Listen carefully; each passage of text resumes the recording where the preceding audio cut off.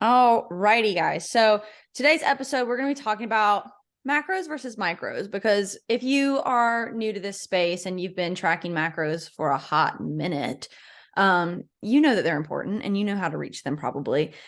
But the biggest thing that I see with macros, and I fell into this trap myself when I first started doing them, was that I was only worrying about my macros and I was only worrying about checking off protein, fat, and carbohydrates. So, Annabelle, if someone is here and they don't know what macros are, what are they? Tell the people. Macros. I like to think of them as the three main food groups: protein, carbs, and fats. So all of them very, very important, all for different things.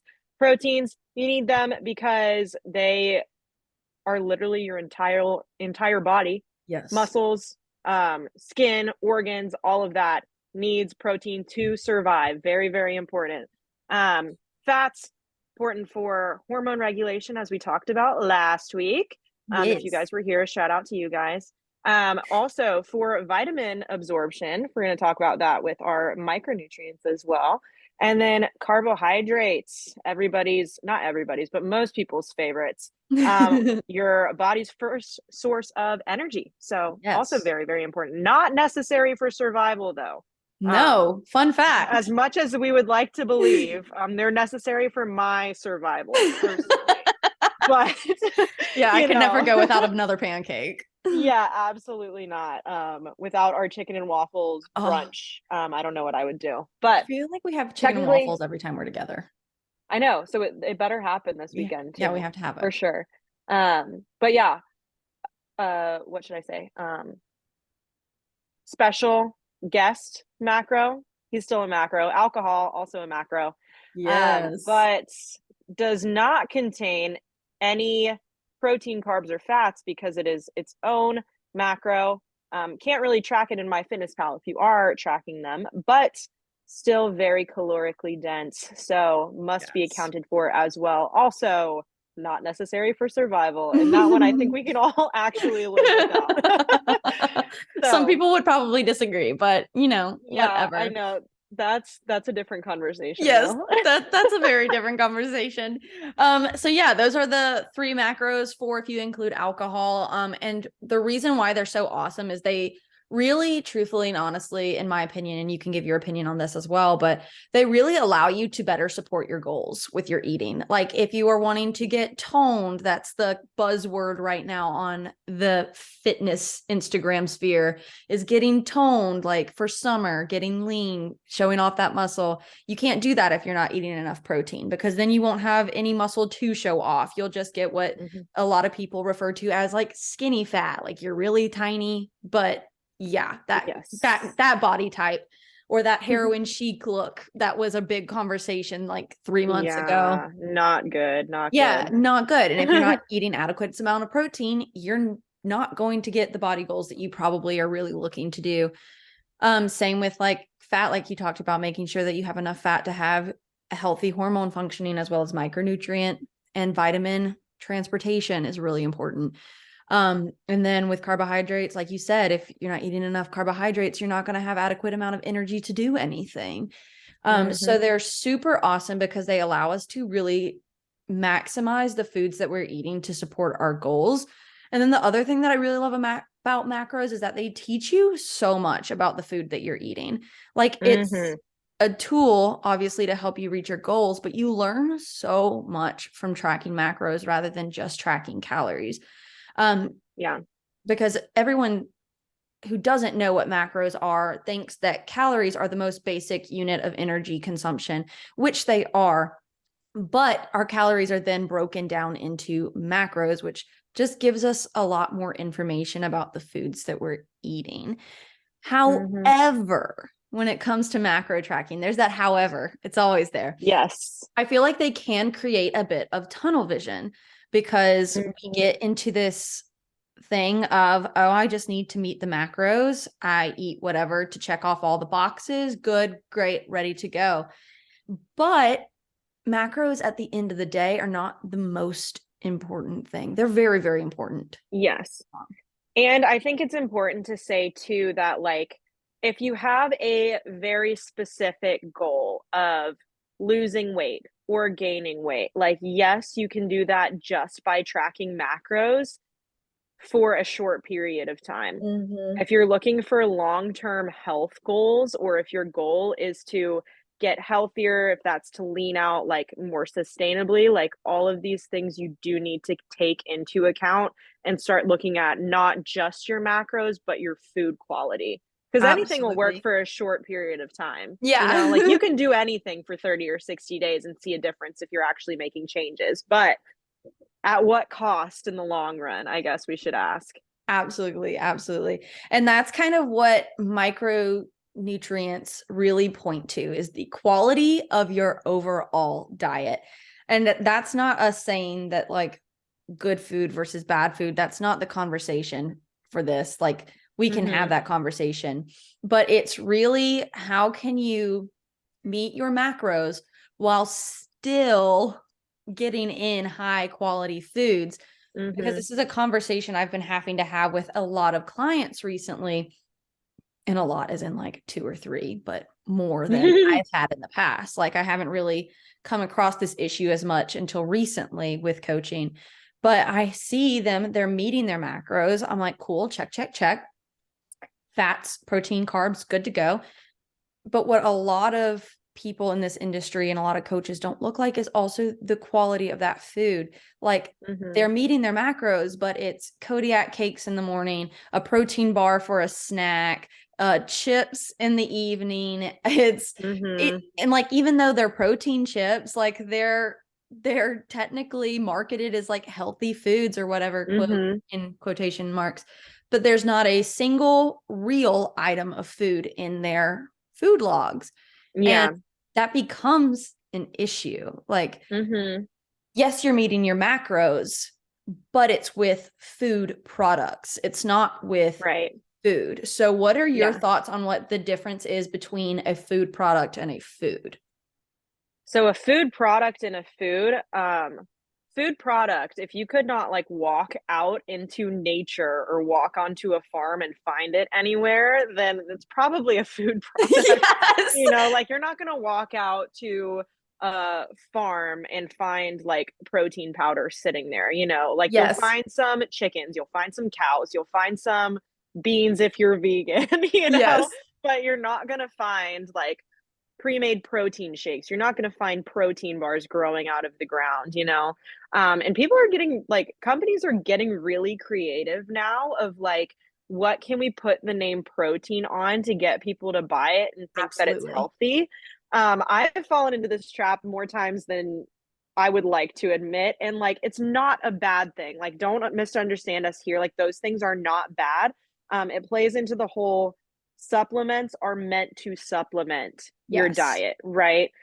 Your diet should not be completely made up of supplements. So, like if you're on a road trip and you stop by a gas station and you see something that has the word protein on it, sure, pick it up.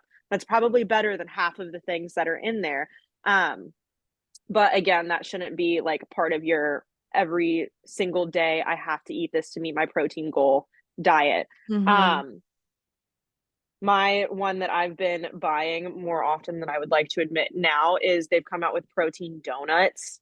So by protein, like more Yummy. protein than a regular donut would Yeah. be. It's still like 12 grams, which Mm-hmm. like sure it helps a little bit. It's not as much as people are just like, oh my God, I had a high protein breakfast. It had 10 grams of protein. And I'm like, that's a great step. Let's eat It's a that great more. start. But compared to a normal donut that would have zero, like sure, go for it. Yeah. So that's one of my guilty pleasures the past couple of weeks. But um so, food product, not able to be found in normal nature if you were to just walk out there today. Food is growing from the ground. It's walking around at some point, as sad as that is to say, but it's true. Um, and also just like it has color to it, you know? That's another thing to like tell how good your food quality is. Is it like all one color when you're looking at it, or do you have like the colors of the entire rainbow? You know, like that's where your nutrition is coming from. Yeah, So, absolutely. I 100% agree. I like to think of it as like single ingredient versus multiple ingredients. Like if it is mhm. a single ingredient item, like Yeah. chicken, beef. Yeah. You know what it is. Exactly. You know what that is. Yeah. And the ingredient is what it is. Like, say it is. Like, Right. it's not like an ingredient, but looks not like chicken. You know what I'm saying? Those Right. types, Right. like the Wonder Burger. It's not a burger. Hmm. It's a bunch of things pushed together to be a burger. Yeah. So that's kind of how I like to think of a food product versus a food. But when it comes to overall dietary quality, like increasing the amount of micronutrients that we can have in our diet, how do I word this? How do I word it? What is your like overall recommendation? So when you're like going through a grocery store, how do you distinguish between what's food or like what's a food product, and then how do you increase the quality of the diet that way? Yeah. So again, all of this we're talking about balance. It's not you have to eat these things and you're not allowed to eat these other things. First thing I always say to my clients is there are no foods that are off limits. Of course, there's foods like, hey, eat more of this and let's eat a little bit less of that, you know? So with that in mind, walking into a grocery store, anything that is fresh, that is normally on the perimeter of the grocery store is going to be the way to go. Again, looking at at an ingredient label and seeing the singular food that it is, Mm-hmm. there you go. You know, if something's like in an open refrigerator, like any sort of produce, like you're good to go there. Rather than starting in the center aisles. And yes, every single food has macronutrients in it, but like as we said before, 20 grams of protein in a protein bar is not the same as 20 grams of ground beef, you know? Yeah. So yeah, just sticking to the perimeter of the grocery store, I would say. Yeah. And going back to that 20 grams of protein from a protein bar versus 20 grams of protein from like actual protein stores, like if you guys are someone, or if you're an individual who is struggling with feeling hungry all the time, that is a Mm, really big conversation to ask yourself. Like, are you getting your food sources from food products, or are you getting mhm, them from real foods? Because 9 times out of 10, the real food option is going to be more filling. So if you're mhm, someone who's meeting your macros and you're hungry, not always is the answer to increase the macros. It's to look at the quality of the diet, like cereal, like Lucky Charms, for example. And don't get me wrong, I love Lucky Charms, but Lucky mhm, Charms are not going to keep me as full as long as a bowl of oatmeal. Like, those are the kind of the flip-flops that you give. And it comes down to those foods being very high quality. They're typically mhm, more complex. They're not as mhm, simple. And for those of you who don't know the difference between simple or complex carbohydrates, like that's a big thing with carbohydrates. Like a cereal is a simple carbohydrate, whereas an oat is a complex. And so that complex carbohydrate takes longer to digest. mhm. And so that is one of the first things that I look at when someone's like, I'm really hungry with these macros. I'm like, great, awesome. Like, let's have this conversation. But then I go in and I look at their food. And again, it's Kodiak cakes. It's Mhm. a protein muffin cup. Like, thank you for at least Yeah, trying to get your protein in. I really appreciate yeah. that. And I can appreciate the effort for trying Mhm, to get your macros. But at the same time, I know that without the micronutrients that we're looking for in the diet, you're being held back from your yeah. potential, from health, from fitness, from strength, whatever your goal may be. And so Mhm, it's crazy how just like, not crazy, but it's just very interesting to see how we get so tunnel vision on these macros, but mhm. we sacrifice the quality of our diet when that quality is typically what pushes us in the direction we want. You're right. You'll see some Yeah. progress with macronutrients up the front, like out the gate, Mhm.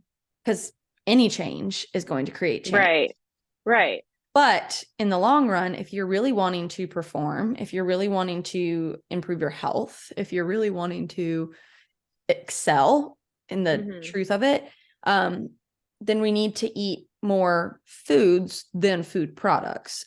Yeah.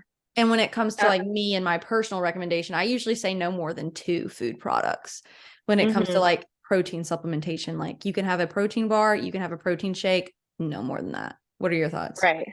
Right. No, and I'm gonna like refer to two obviously anonymous types of people, not like two people specifically, but just two types of clients that I've worked with in the past. One of those being like, how many protein shakes or protein supplements can I get away with in a day? Yes. Um, and Yes. it's kind of like, okay, they're eating whole foods, like they are eating vegetables, they're eating healthy carbs, healthy fats, but they're not getting any protein in. So they're like, okay, protein shake for breakfast, protein bars for a snack. What else is there? Like protein oatmeal, protein pancakes, and like all of these things that it's just like I had one person who was going through like a canister of protein powder a week because like that was the only thing they were no, I can't make this up. And they're just like, wow, this eating healthy is really expensive. And I'm just like, it's not. It's Like I not. promise you, it's not. Um, so that's the one thing that I have seen that I'm just like, okay, if you're needing to supplement more than a protein bar in a day, maybe a protein bar and a protein shake, just one of those things, then we need to break down your meals. If anybody has worked with either me or Haley, you've probably gotten a grocery list like first thing on signing up, giving you, I'm kidding you not, whether you're vegan, vegetarian, or you eat meat, like 50 different options of different protein sources you can choose from. I guarantee even the pickiest of eaters can find Yes. at least 3 to 4 things on that list that you can eat. Yes. So there's really no excuse to being like, oh, well, I can't hit my protein without having 3 shakes and 2 protein bars every single day, you know? Mhm. So that's one type of person that I've seen quite a bit. The other, not quite as common, but you will not believe how much we had to work through this, but finding ways to hit their macros by eating the exact same thing for 3 meals a day. Very, like, calculated person of, like, Yes. very mathematical of, like, "Okay, these are the numbers that I need to eat. I don't really care about, like, how things taste. I don't really need that much variety. Like, I'm good with this." So it was just the stereotypical chicken, rice, and broccoli for 4 meals a day, 7 Yummy. days a week. Consistent, if nothing else. Like, at least you Yeah. don't have to worry about your Have to give consistency. them props. But I know, and then they were just like, "Well, I'm hitting these macros that you told me to hit, but why do I feel awful?" And I'm like, Yeah. "Just because you're hitting your macronutrients, you're getting, like, these 5 to 10 specific micronutrients throughout your day, and all of the other ones, you're not even coming close to." Yeah. Like, you can only get so many micronutrients from chicken, rice, and broccoli. Yes. You're getting tons of those micronutrients, but, like, Yes. what about all the rest of them, you know? So it's like, you would look at that person and be like, "Oh, well, you're getting protein in every single meal. You're getting a vegetable in every single meal." But it's like, if you're only getting those specific few micronutrients, like, you're missing out on the variety and the micronutrients in every single other type of food there is out there, you know? Yeah. So, even if you are, like, looking at your diet and it consists of whole foods and a vegetable, if it's the same whole food and the same vegetable, you're not really that much better off than somebody who's supplementing everything. Yeah. Like, the micronutrients are in the variety. Yes. So having a highly varied diet is so important to hitting your micronutrient goals as well and actually start feeling better.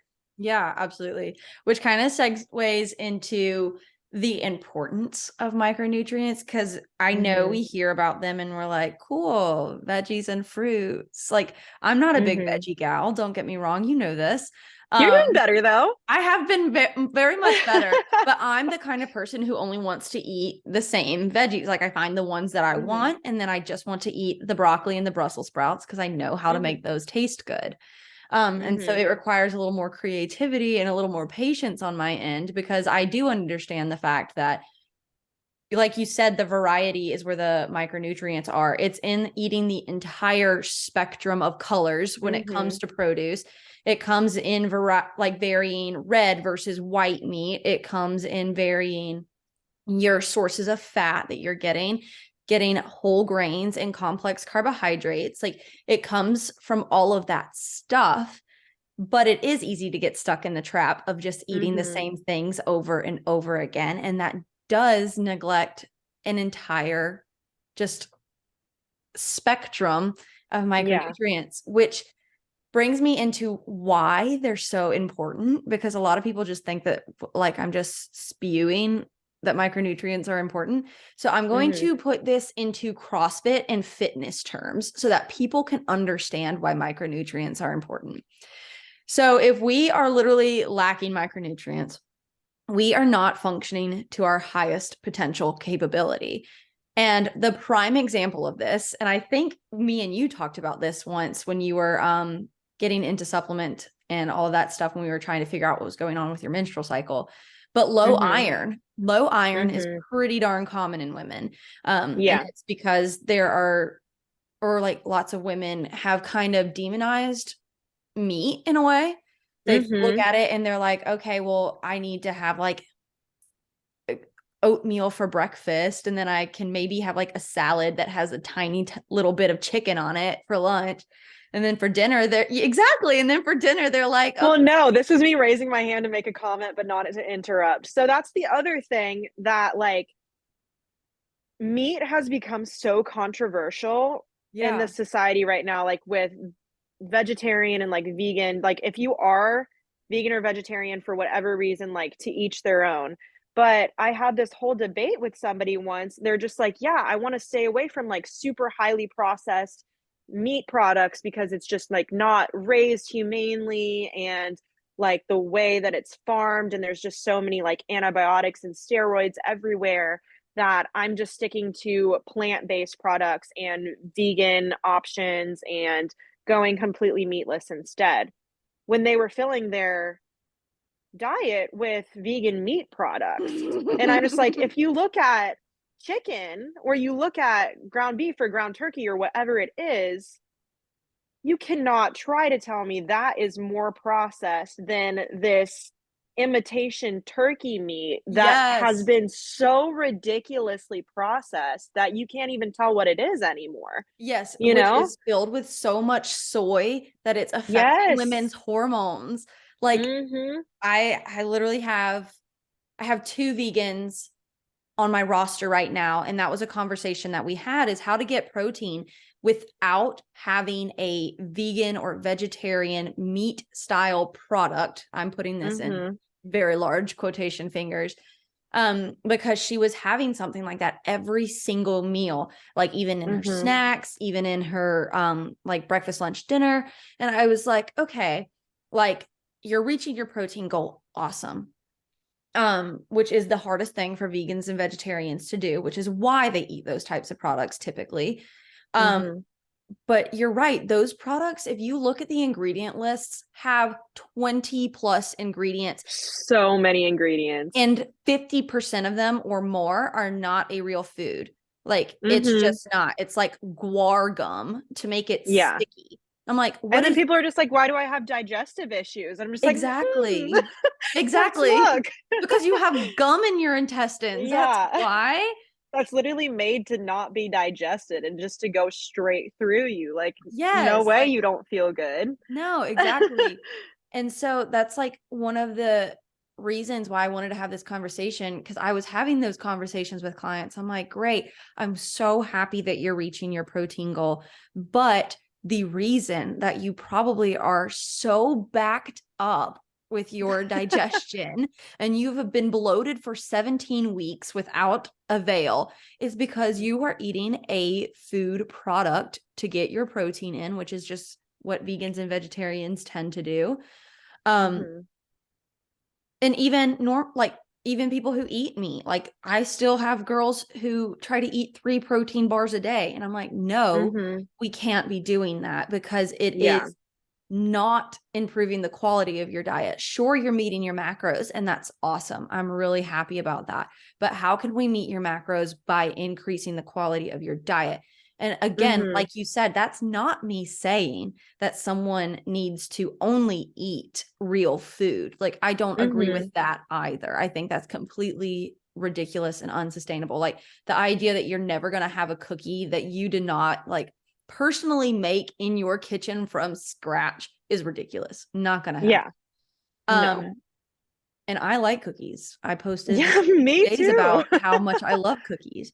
But and we'll get into how to increase your like micronutrients and the quality of your diet at the end, but there are reasons for this. And just in the terms of CrossFit, going back to low iron in women, without iron, okay, and this is just an example of a micronutrient, your body is unable to create hemoglobin, which is a substance in your blood that shuttles oxygen from wherever in your body it needs to back and forth between your lungs. And without adequate amounts of iron, think of it this way in terms of fitness, just so that I can make this make sense to someone. With low iron, you are more likely to feel out of breath. You are more likely to feel winded, and you will not be exercising as efficiently, or you will be burning out more quickly because your body does not have the ability to shuttle oxygen appropriately. And so this is an example of what can happen to you from a fitness perspective, not even talking about a health perspective, like going upstairs and feeling out of breath after 2 stairs. Like, that's not normal. That's not right. If you are basically a moderately healthy human, now if you're like obese, then that's a different conversation. But your quality of your exercise, your workouts, it's going to go down if you do not have adequate amounts of iron in your system. And so like that would lead to increasing things like meat, shellfish, like leafy greens to get your iron intake back up or your iron levels back up. And then going back to the vegan and vegetarian conversation, if you are a vegan or a vegetarian, the more prevalent type of iron found in plants is non-heme iron, and it is less bioavailable than heme iron, which is more found in like meat and animal products. So how do you, with being a vegetarian, get more iron when you're not eating more meat products? Well, you have to increase the leafy green consumption, but we need to be able to digest that iron.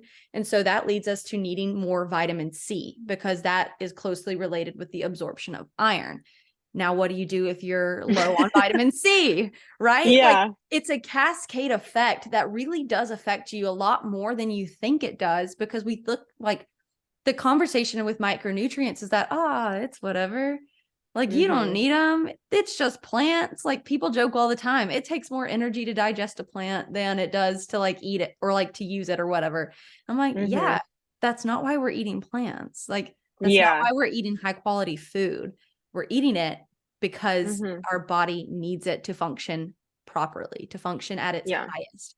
It's not, we want you to have micronutrients because they're good for you. We want you to eat plants because they're good for you. It goes so much deeper than that. Yeah. And if we are missing out on those things, our performance, it decreases. Our quality of life decreases. Our ability to do simple tasks decreases. Our longevity decreases. And so they're super important and we can't overlook them. But when we start tracking macros, they tend to go on the back burner because the macros become the sole focus. Yeah. Well, too, we can kind of relate this back to our discussion from last week, too. Anybody who hasn't listened to that yet, go ahead and listen to it. But half of the issues that I was running into were fixed with a multivitamin. Like we talked about that too, of I just spoke about my client who was eating like the same thing, like 4 meals a day, every single day. And that's an extreme situation. But I am guilty of kind of doing the same thing. Like I don't eat dairy really that much at all. So my only healthy fat sources I was getting was like whole eggs and avocados or guacamole. Like that was my only fat source that I was getting. And then um I'm not a picky meat eater, but I also am like most comfortable just cooking like chicken and shrimp every once in a while, ground beef occasionally. I've started doing that more just to get some more variety in. But then, same thing, it was like broccoli and Brussels sprouts were my go tos. And like outside of that, like I kind of made all of my meals from the same foods. And then, like, thinking about that, I was just like, okay, well, I'm eating plenty of veggies. Like, I'm eating a couple different types of meat and I'm eating the non dairy healthy fats that I can. And then I was shocked to find out that I was still missing out on a ton of micronutrients, you know? And that showed up in very, very real ways of missing menstrual cycles and my skin reacting the way that it did, all because I was not getting the micronutrients that I needed, even though, like, on the outside, I thought that I was eating a super healthy diet, you know? Like, I Yeah. don't supplement that much, and that was, like, my claim to fame for a second. I was just like, "Oh, well, you guys have to supplement so much. I'm doing great, and I'm not supplementing anything." And then I'm just like, "Well, if you don't eat red meat, like, there's all of your iron right there." You know? It's like, Yeah. if you don't eat this, like, you're missing out on all of this, and it's like, it all adds up, and even if you think that you eat pretty healthy, like, odds are you still are missing out on quite a few things, you Yeah. know? Um, and two, one thing is to be careful of, I should say, is that we do like to self-diagnose quite a bit.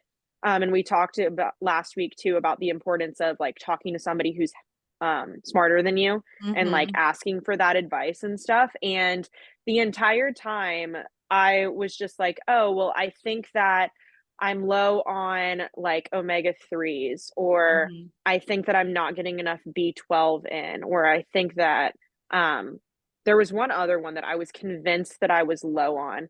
And then I got my hormone panel back, and she was just like, "Oh, no, you're perfectly fine on all of these things. It's all of these that you assumed you were getting plenty of that you're missing out on." So, um, all of that to say, still go talk to somebody, go Yeah. see somebody if you're actually having serious issues, because you Googling, like, why do I feel this way is not going to like give you the correct answer. Yeah.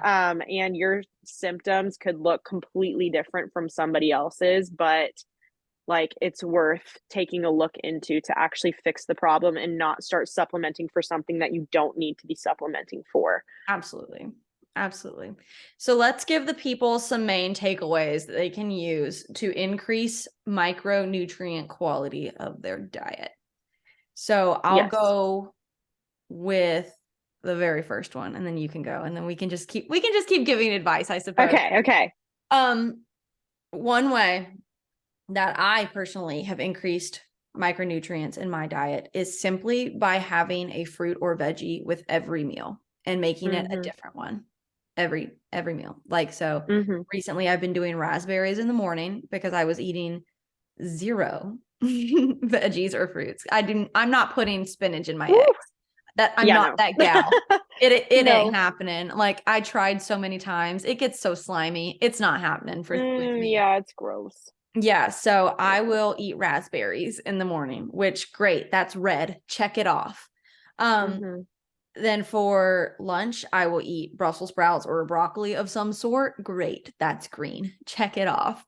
And then for dinner, I will eat we had tacos and I made sure to put like lettuce and tomatoes and corn and beans on my Mhm. tacos. So great. I crossed off yellow, I crossed off green again. I crossed off Mhm. black from the beans. We're good. I got red from tomatoes. We're good. Rainbow. Yes, eat the rainbow. And it doesn't have to be every single day you're having something of every color. Like, I'm not gonna lie, not realistic. Mhm. But if you're having a fruit and a veggie with each meal, like, that should be a good starting point. It should be helpful. Mhm. Yeah, kind of going along with that too. People, please look over your shopping lists if we give them to you. There's Mhm. a reason we give those to you, to show you all of the variety that you can have. So instead of being like, okay, well, I need a protein source for lunch and a protein source for dinner, and then picking up like two different sources, like buy smaller amounts of more different things. Yeah. So now for me, that looks like chicken, ground beef, shrimp, salmon, tuna.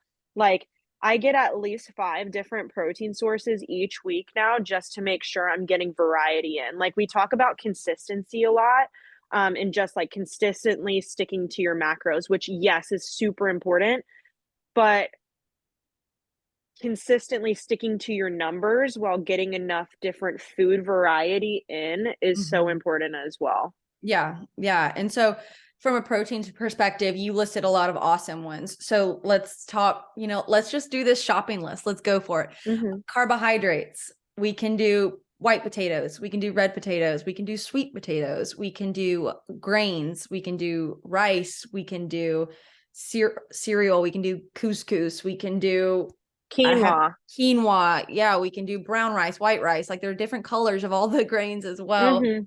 Um, and like squash, you can use squash as your base for carbohydrates, Mhm. like spaghetti squash, Pasta, yeah. pasta, exactly.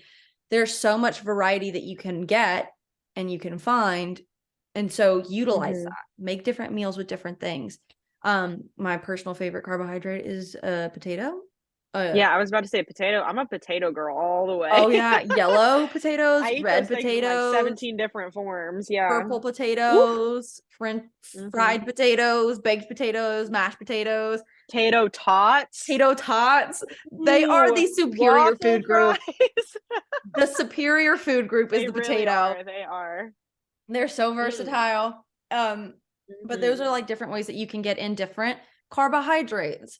Now, fat, you talked about fat with only eating mainly like avocado and oil. I know a lot of women struggle with getting variety in their fats because they Mhm. think of the word fat and they think fat makes you fat. That's not the Mhm. case. You need fat to shuttle literally fat soluble vitamins, A, D, E, and K. Mhm. You cannot move those in your body if you do not have fat available for it to be Mhm. shuttled. So, what are some different fat sources that we could be looking at so that people can increase their variety there?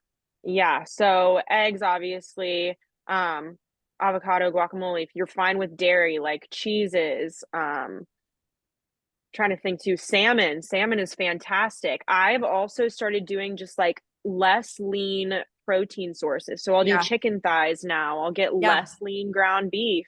Like even doing that, like condiments too. Like if you need to do that, like I'm a big honey mustard person. There you go, right there. Cooking with I normally stick only to cooking with olive oil because I trust it the most. Yeah. um, but aside from that, I don't know if you have any others to add on to that. Sour cream is great, Olives. olives, Olives can yeah. be great. Like think Nuts, we left those out. nuts and seeds. Goodness. Yep. Yeah. Nuts and seeds. Peanuts, almonds, Yeah. And think of them pistachios. like having them in the sources of like peanut butter or like olive oil. Yeah, those are awesome. But Mhm. again, if you are someone who is struggling with feeling more full with the foods that you're eating, then I would go more towards like the whole food source of that option. So like instead of peanut Mhm. butter, getting peanuts, like those are going to kind of provide a little bit more micronutrient density. But if you like peanut Mhm. butter, I'm not saying don't eat peanut butter, like eat your Yeah. peanut butter. I love sun nut Mhm. butter. Another my favorite source of fat is chocolate, like dark chocolate. Ooh, yeah. Super awesome. That's also super high in omega-3s, which people do not think about when they think about chocolate. But there's Mhm. actually tons of antioxidant properties and tons of micronutrients in chocolate that are super beneficial. It doesn't have to be something that you feel guilty about eating. Like Mhm. the darker the chocolate, obviously, the more micronutrients. The more milk chocolate you go, the more it's sugar at that point. Um, Mhm. but yeah, dark chocolate can be a really great source of fat and micronutrients. Mhm. Um, so those are some awesome ways in which you can get variety. And then, as always, when it comes to supplements, you probably should be talking to your physician before, but Mhm. the majority of women can benefit from a multivitamin. Multivitamin, yep. Yeah, like, and there we can obviously make an entire different episode on supplements that are actually worth taking, but a fish Mhm. oil supplement and a multivitamin are a great place to start that Mhm. actually do something for your body, not like taking reds and greens, but right. that's neither here And nor something there. too that I found has helped a lot of people, if you're finding that you're like super bloated, like after every single meal you eat, probiotics. Nothing's gonna go wrong. Like if you accidentally take too much probiotic, aside from like probably going to the bathroom a lot more than you'd like to. But like if you're curious about that and you do have a history of antibiotic use, like look into a probiotic, and you can get those in Greek yogurt as well. And I know a lot of people like to drink kefir. Not Kombucha. as common. Yeah, kombucha is the hot new thing now too, but just making sure too that you're taking care of your gut health as well. Yeah, and that can come from anything fermented as well, like sauerkraut. Mhm. Um, Mhm. literally just having sauerkraut or pickled cabbage or pickles. Pickles. Fun fact for everyone. I hate Haley just got anything so pickled. quiet. I I hate love anything pickled. Give it I to me with did a eat a pickled fork. raspberry the other day and it was delicious. Oh, I actually liked it. really? Yeah, it was kind of Huh. spicy though. And I was like, oh, I could only eat like one of these at a time. That sounds gross, not I'm gonna not a lie. big fermented gal. I'm not going to lie. But Oh. those are some options for getting in more probiotics for gut health, Mhm. which also coincidentally have tons of micronutrients in them. Yup. So the main takeaway is that yes, macros are so important, but don't let the tunnel vision of trying to meet those macros take away from the overall quality of your diet. So Mhm. I encourage you to, if you are tracking or if you don't track, just do a week of tracking and look at the quality of your diet. Are most of your foods coming from a box or a bag or a jar that's not like Yeah. a canned vegetable? Are they more food products or are you getting more foods? It comes Mhm. down to that 80-20% rule that I use in like a lot of strong as hell coaching is 80% of our food should come from like real foods. The other Mhm. 20%, that's where we get to have the cookies, the protein bars, the The protein, soul food. the soul foods, yes, or even the supplements. But the majority of our foods should be those single ingredient, like walk out onto Mhm. a farm. There's no protein bar trees, I promise you. Um, so go out there and try or like look at your diet and see where the majority of your foods are coming from. If they're coming from Mhm. products, try to make some switches. So instead of a protein bar, add in a serving of chicken, add in a serving of shrimp, add in a serving of beef, whatever meat floats your boat. If you're not a meat eater, there are so many vegetables that are high in protein. Like there are so many foods in general that are not meat that are high in protein. So to say that you're vegan or vegetarian and that's why you're not meeting your protein, that's not a good enough excuse. Like I have Mhm. had 5 vegetarians slash full vegans in my program over the course of the past year, and every single one of them have been meeting 120 plus grams of protein every single time, Mhm. and without a crazy amount of food products. Yeah. Like that's just not a good excuse anymore. But look Mhm. at what you're eating. Look at it objectively. This is not a good or bad thing. This is not something that you need to feel like judgment or shame or anything over, but look at it honestly and be like, okay, where can I increase food and decrease products or supplementation? So that's the overweight Yes. takeaway for me from this conversation. Any final Yes. parting words for you? Yeah, just one thing that I read somewhere on just like another topic like this of a lot of the times when we start tracking macros or we want to start eating healthy in quotes, we think about all of the things that are part of our diet right now that we need to stop eating pretty much in order to become healthy. And what just really stuck with me that I think about a lot now is instead of seeing all the things that you can take out of your diet, like start thinking about what things you need to add in. Absolutely. So, as Haley said, she's having fruits in the morning and then vegetables twice a day. Like it's as simple as that of just like adding something into your diet that you're already doing to increase that variety. That's going to set you up for way more success than you even realize just by doing that one little thing. I literally had one client, he came to me and he was over 500 pounds and, he did not like to cook. He did not like to meal prep. And so we had to get really, really creative with his food plan. Um, No, he came to me at 580 pounds because he lost 90 to get under the 500 mark. That's what happened. And so he didn't like to cook or anything. And so he went out to eat for every single meal, literally every single meal. And literally the only thing that we focused on for him over 6 months for him to lose 90 pounds was adding in a vegetable option at every single meal and adding in steps. That's it. He got 5,000 steps per day after he was maybe getting 1,000 steps per day when we first started working together. And at every restaurant that he ate at, he had to get a vegetable or a like fruit dish. Like he had to get a side of fruit or he had to get a side of vegetables. And over time, that just compounded and compounded, and it created more good decisions for himself. That's literally all it is. It's like you start creating momentum because you're like eating these fruits and vegetables and you're like, oh, this is making me feel good. Yeah. And you're like, okay, well, Crazy. instead of fried shrimp, let me get just grilled shrimp this time. And then you start feeling better and better. And then you just keep making better decisions for yourself, all from just adding fruits and vegetables. Yeah. It all adds up. It does. It does. It's like super impactful. So that is all we have for today. We talked about why macros are so awesome, but why micronutrients are also awesome. Yes. And should not be overlooked. But other than that, it was super great talking with you, AB. We're going to have our content weekend in Greenville this week. I know. I'm so excited. I could die. I'm thinking of it as vacation. It's girls' vacation. It is girls' vacation with the guys coming along, but whatever. Yes. But we will be back next week for another episode of the podcast, and we'll be talking about some fun things. So tune in. Bye. Bye.